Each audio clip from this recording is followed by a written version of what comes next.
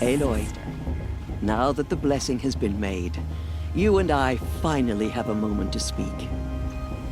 I hope the ceremony wasn't too unpleasant for you, given your circumstances. By circumstances, you mean how the tribe cast me out at birth, never even let me know who my mother was or why she didn't keep me, and then how I had to sit there and listen to the entire tribe mumble about their mothers? I wouldn't say it was the most fun I've ever had. I worried it might be difficult for you. What we did to you was terrible. But do not blame the tribe, Aloy. It was the matriarchs who cast you out. Blame us. Don't worry, I do. But with plenty left over for the tribe that shunned me simply because the matriarchs told them to.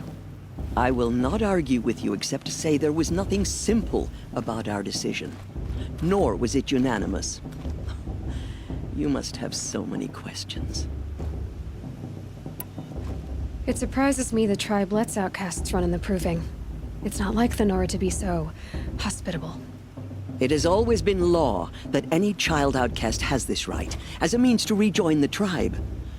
So far as I know, however, you are the first ever to exercise this right. I'm not surprised. I doubt many outcast children survive long enough in the wilds to come of age. I think, rather, it is because child outcasts are so rare. In all my years, I've only known of one other child who was cast out. A boy of 13, who killed his mother. But at the Proving 5 years later, he did not appear. No. I'd be surprised if he survived very long on his own. But at least he had a chance.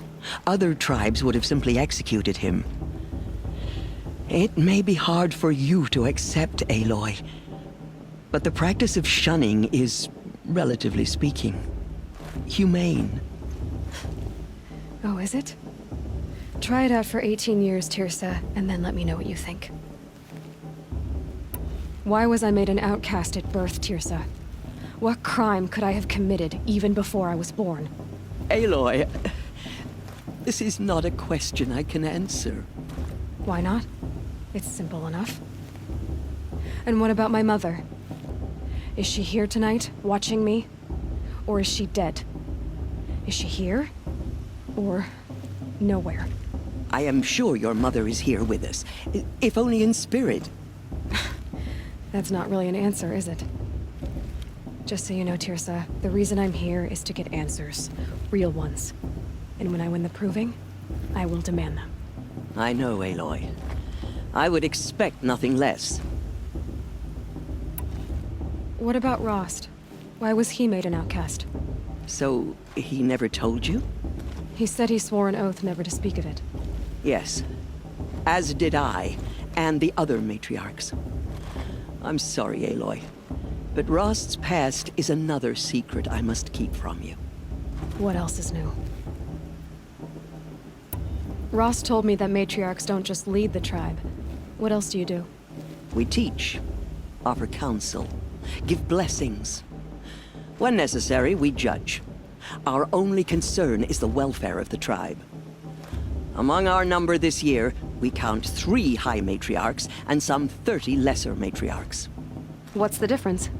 Matriarchs are grandmothers with 2 generations of living progeny. But a high matriarch is a great-grandmother with 3 or more generations to her name. Thus do we speak for generations, lending our opinions weight. The high matriarchs most of all. So, the more children you have, the more authority you get? I guess that's one way to decide who leads a tribe. Why would there be any other? Why does Lansra hate me so much? She is a woman of extreme opinions. More than that, I cannot say. It's not my fault that I was born. Or that the matriarchs decided to cast me out. I side with you in this matter. But there are differences of opinion. And any vote of the high matriarchs requires a majority. I should be going. I'm sorry if I've been too harsh. It's just... I've wanted answers for so long. I know, child. You're not the only one who's waited years for this day. I will be praying for your success. All is a tenth of the warrior mother is. That blessing wasn't bad. Nice and short, anyway. But I know a half-dozen Oseram tinkers who could put on a better fireworks show. Oops. And I hope I'm not throwing a wet blanket on your sacred ritual. It was nice. Really. Yeah, well, good luck in that proving thing. Maybe I'll see you in Meridian someday. Who knows? For the goddess to judge the Karja, not me. The past should be left in the past.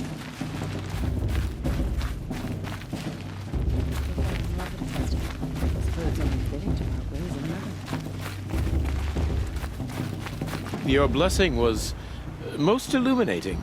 I've never seen its like. A rare gift indeed. But you don't believe in Allmother, do you?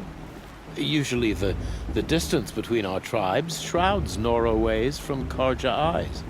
But here among you, I see a beauty that shines true. Perhaps Naman is right after all, that the sun's light brightens all lands and all peoples. Who's Naman?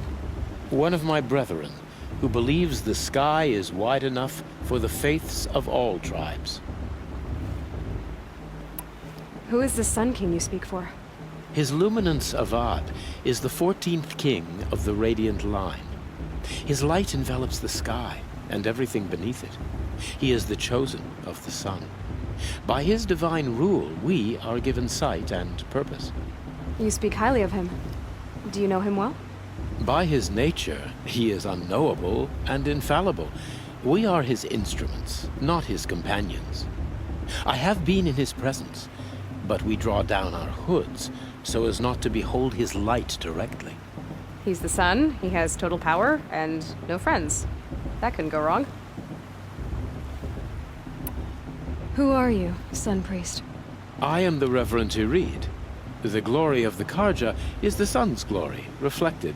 We sun priests are but glimmers of its great light. You just said a lot, but you didn't tell me anything. My apologies. My duty is to carry out the will of the sun by serving its emissary among us, the Sun King. I comfort those who walk by the light of day, and I travel to those in far reaches whom the light barely touches, bearing warmth. If your Sun Kings are so infallible, how do you explain the crimes of the last king? Well, the sun's glory is a great and brazen crown for a vessel as small as a man. If the vessel is flawed, indeed in the burial caves, one can see the skulls of the past kings are cracked, trialed and fired in the sun's kiln. That can be too much for any man to bear, even a ruler of men. So the sun can make bad choices like anyone else? Oh, no. Has there ever been a Sun Queen? Many wives and consorts, of course. Or, oh, you mean for the sun to choose a queen? This has not happened. Why not? The sun is masculine, of course, and so would choose its heirs thus. It's a light in the sky. I've never seen anything dangling from it. I don't know if you've noticed, but women run things around here. Well, Avad took a woman as captain of his vanguard, the first to hold such an honor. You mean Erin's sister, Ursa. From what he told me, she sounds formidable. Oh, formidable indeed. A woman, and an outsider as well. She might make a fine Sun Queen, given a chance. A sun... Oh, no. So you live in Meridian? I do. Where better to mark the sun's divine passage than where the sandstone glows in the light of its passing. I was raised in the mesa's great shade, its wild bird markets and metal cellars, spices and colored silks. Sounds impressive. Oh, you should behold it. And you can if you make the journey. At his luminance's order, we have flung its gates open to all. Any Nora who leaves the sacred land becomes an exile. But hey, who knows where I'll end up. Did you come all this way just to deliver your Sun King's speech?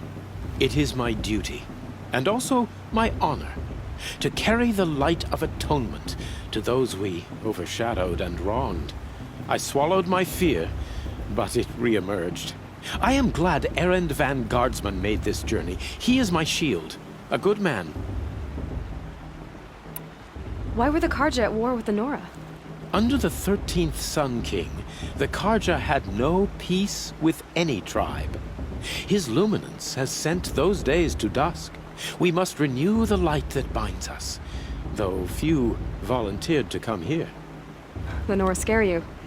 They're good at making people feel unwelcome. It's said one soldier died for every Nora taken alive. But I see you can be as calm as you are fierce. This has been illuminating, but I should get going.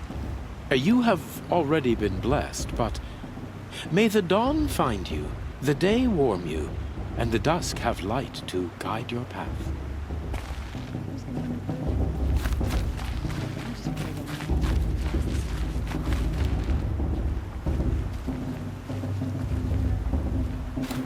Hello, Olin. You know my name? Ah, guess Aaron told you. Why did you act so strange when we spoke earlier? Must be this festival. I'm really not one for crowds. Maybe I should just turn in. Stop dodging my questions. All right, cool your fire. I got nothing to hide. What are you doing here, Olin? Why come to Noraland? Aaron needed a scout for his expedition, and a second for his drinking. That's all. Someone to stop the Sun Priest getting lost. When all this is over, I'm back to delving ruins, rummaging for scrap, scrounging up trinkets to sell. So you're an explorer? Just another Outlander, girl. A man's gotta make his shards. I just make mine in service to the King's court. That's all.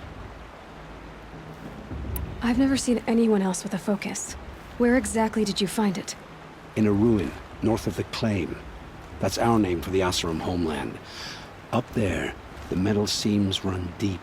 Steel giants half buried in loose soil. Forgotten caves that the old ones bored into mountain rock. Your eyes just lit up. I found my focus in a cave just like you're describing. A ruin of the old ones. If you've delved yourself, you know as much as I do. Go to those places for answers. Not me. When we spoke earlier, you winced, then looked like you were in pain. Or frightened. Did your focus show you something? It didn't show me anything. I told you. It malfunctioned. Happens all the time.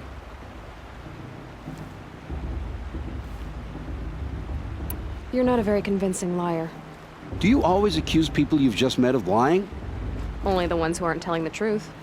Fire and spit, girl. I'm a plain hammered man with nothing to hide. You don't believe me, that's your trouble, not mine. I don't understand. We have this device in common, but you can't wait to stop talking to me. I already have all the friends I need, girl. I don't need the bother. I'm used to being shunned by the tribe. I thought you'd be different. It's nothing personal. It really isn't. You should try to enjoy yourself tonight. Big day tomorrow. Always best to make every day count. Shame that musician didn't come back. Find fortune in your trials, You know, Aloy. the one with that long black hair.